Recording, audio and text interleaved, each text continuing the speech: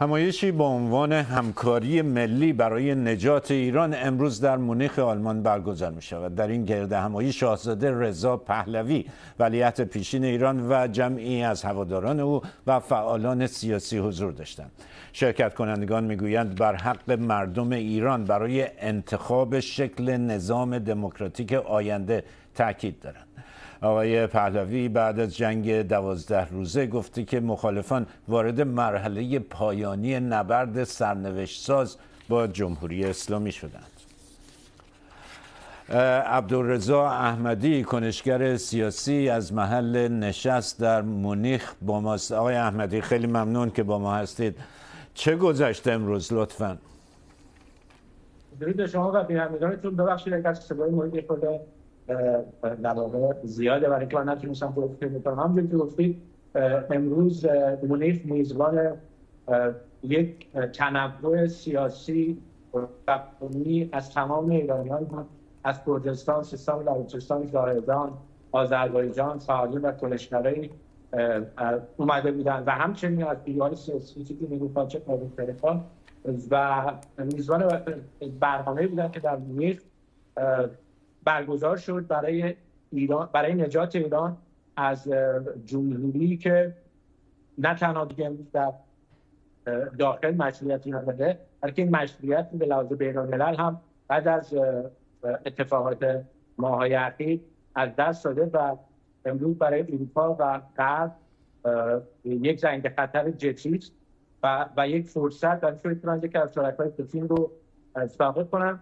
در خاطر اپوزیسیون جمهوری اسلامی با رهبری شاهزاده رضا پهلوی ولیعهد امروز ایران این فرصت رو به عنوان یک چشم‌انداز جدید ایجاد کرده که میتوان ایران رو صاف، میتوان ایرانی داشته که بدون درگیری ایدئولوژیک باشه با کشورهای منطقه یا کشورهای جهان، حتی میتونه صلح رو به ارمغان بیاره چه با ملت اسرائیل و چه فلسطینی که امروز به قول گذشته شما در مضیقه هستند و گرفتار یک ساختار ایدئولوژیک شدند.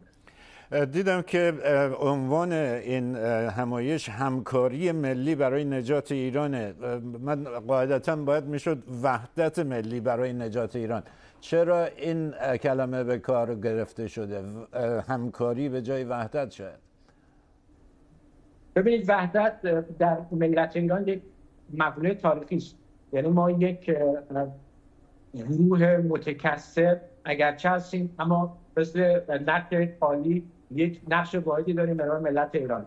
طبیعتاً وحدت در ملت ایران یک مقوله تاریخی است و همیشه در بزنگاه‌های مهم وقتی که ایران در خطر بوده این وحدت همیشه خودش نشون داده.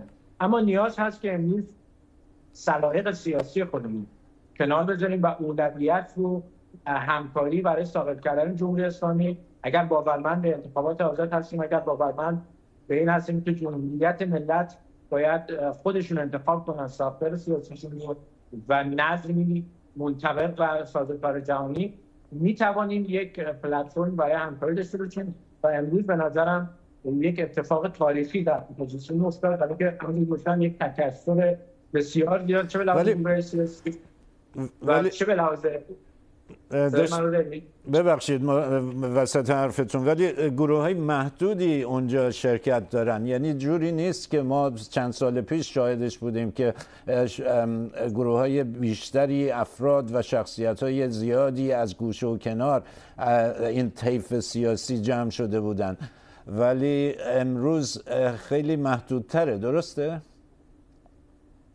میگم این شاید سلیقه شما در واقع این نگاه رو داره، ولی آنچه که من امروز شاهدش بودم گروه‌های جمهوری‌خواه که کاملا باورمند هستن به جمهوری بعد از براندازی امروز در نشست بودن، در برنامه شرکت داشتن و به نقش به قول خودشون آقای رضا پهلوی در دوران گذار و برای عبور از جمهوری اسلامی باور داشتن و در کنار اون یک ترسیمی از آینده داشتن.